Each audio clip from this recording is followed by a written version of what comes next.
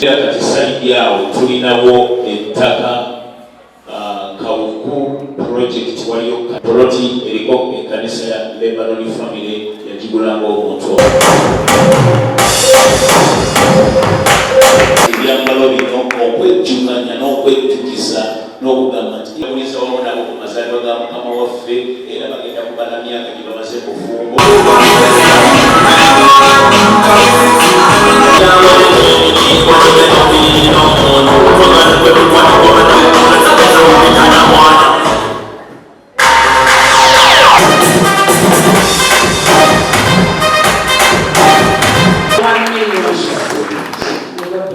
mwakasasula miliyoni 20 era Kalaki project kati banjibwako tugenda kwogera ku story. Yes, that's what we have been. omulimu gwe bakola wano gw'amaanyi nnyo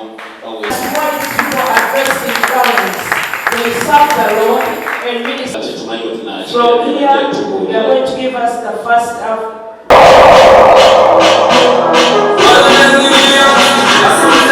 Let them stand strong and guide them and even greater from the Lord. I welcome the Holy Spirit and sit upon their heads. May the Lord bless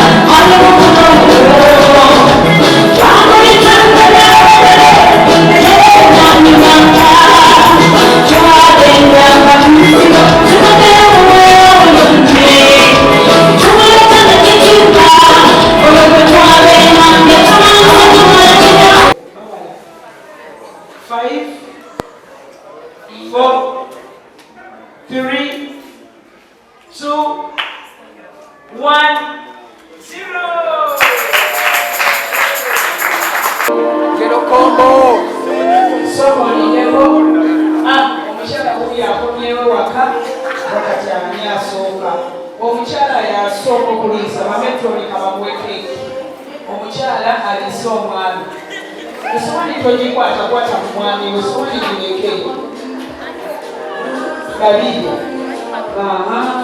Wow. Bananga ataliwo.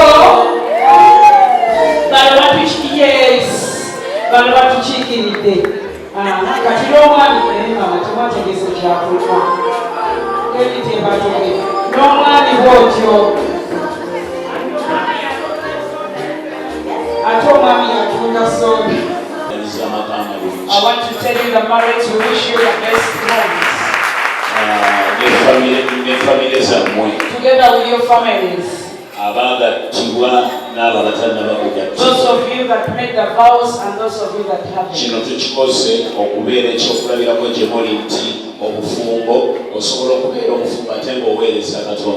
we have done it to be assigned to you that you can be a married man and yet serve the Lord. ate ng'oli mukazi mukozi ate era ng'oli musajja mukozi. You're in business, you're in ministry, and you're in a home. Nga tujaguza amazaalibwa ga Kristo. As we celebrate Jesus' birthday, Kristo y'ensonga. Christ is the reason. Era gwe ensonga mu And Kristo. you are the cause in Christ. Kati engeri gy'oli ensonga mu Kristo. Because you're the cause in Christ. Walema okubeera ku kyonna ekyekuusa okuleeta amakaago okwawukana. Let nothing destroy your home. Amakaago Kristo yaleeta mirembe. Christ brought peace in your home. Kristo yaleeta ssanyu. Christ brought peace in your Era bwe home. tuba tujaguze naye nga twekuuma. Let us celebrate and rejoice, but as we take care. Mujaguze naye nga mwekuuma. Celebrate as you take care. Musanyuke. Rejoice. Mujagulize mu ye. Rejoice in Him. Ne bw'ogenda mu makaago nga mujagulize mu Katonda. Even in your home, rejoice in the Lord. Oba mugenzeeko obweru wa kibuga mujagulize mu Katonda. If you're going out of the city, still rejoice in the Lord. Ate n'okuba nga tetudduka sipiidi nnyingi nnyo. And let us take care of the speed. Sipiidi tugikontrolinge twekuume. Let us control the speed. Mu linnya lya Mukama waffe Yesu. In the name of Jesus Christ. Gamba nti amiina. Say, asigaddewo Mukama Katonda ng'akubeesezawo ng'okyali mulamu olwaleero ng'ennaku z'omwezi 25 bw'oba ovuga mpola nga weegendereza bw'oba olina ebijaguzo byonna by'ogendamu bigendemu naye nga weegendereza ate siraba lwaki bw'oba ogendako out lwaki togenda ne famire yo yonna genda nayo kubanga si kibi ogendako out naye genda ne famire yo ate ogikuume okuuma abaana bo mwekuume olw'ensonga nti waliwo kitwala baana waliwo kitwala basajja waliwo kitwala bakazi kati omu bw'ayawukana omu ku mmwe ne mwawukana twandyagadde mubenga mukumagana ate mulemegama nti ono yabuze ate ono teyalabise mu bikujjuko mwe yabulidde nga yagenze ne sekukulu. Nedda, sekukulu tekitegeeza genda n'abantu.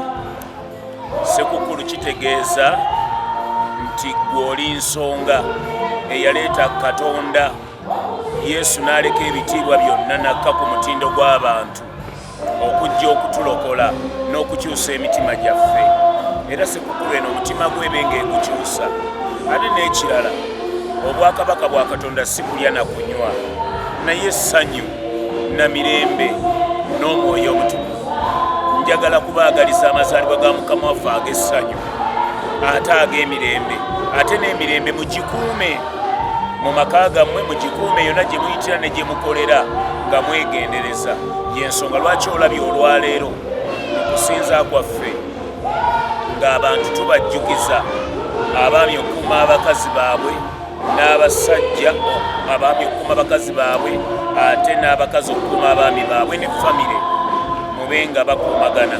Kyova olaba nti olwaleero kwaya yaffe bw'ebadde eweereza baweerereza mu byambalo abafumbo kubanga bafumbo ate nga baweereza Katonda ate nga baweereza ne famire zaabwe ate nga baweereza n'eggwanga.